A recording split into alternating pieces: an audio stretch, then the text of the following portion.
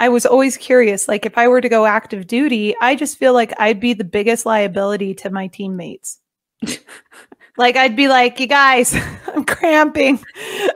Guys, pull over. I can't do this right now. Oh, hold on. Oh, you need me to save you? We're in a firefight. Okay, hold on. Oh, see, and that was always my thing about letting women into combat. I'm like, we have these things called periods that, like, sometimes you can't control it. You really can't stop it. Like, it fucks with you. It ruins your life for a certain period of time. God forbid you're not prepared.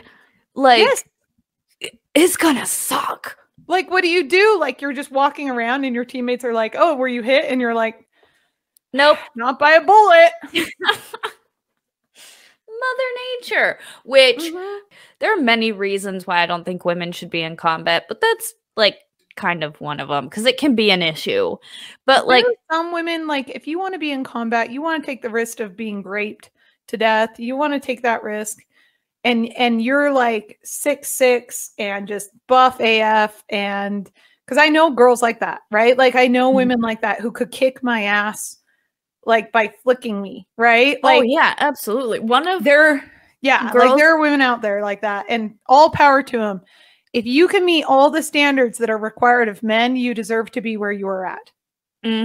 That's my stance. Is like, as long as you acknowledge all of the risks that are entailed, the torture, the lack of humanity that the enemy will treat you with as a female soldier. Well, and not only that, you don't expect different standards because you're a female. Correct. If you're okay with all of that and you still want to go serve, I have more respect and love for you than I could anyone else. Just like I do the night witches who served, you know, for Russia and were out there, badass pilot women fighting their asses off. I mean, I have the utmost respect for those women and for all of our female soldiers, especially those who don't expect the bar to be lowered for them and who are there to meet it. Like, good for them. Like, more power to you, because I could not. Can I ask you a question? Does the military, do they require that you go on hormonal pills or anything to keep you from having a period? Like, how does that work?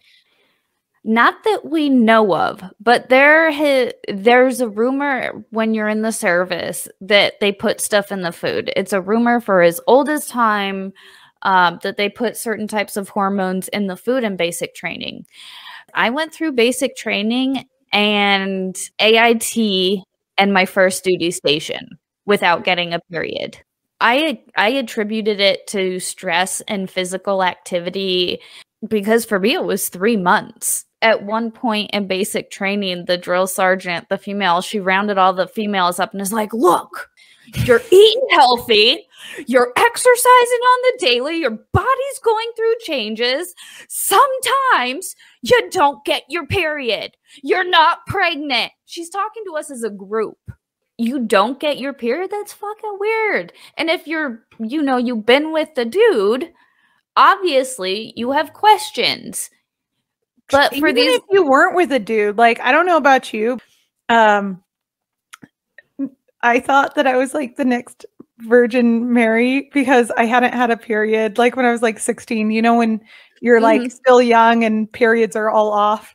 And I was like, oh no.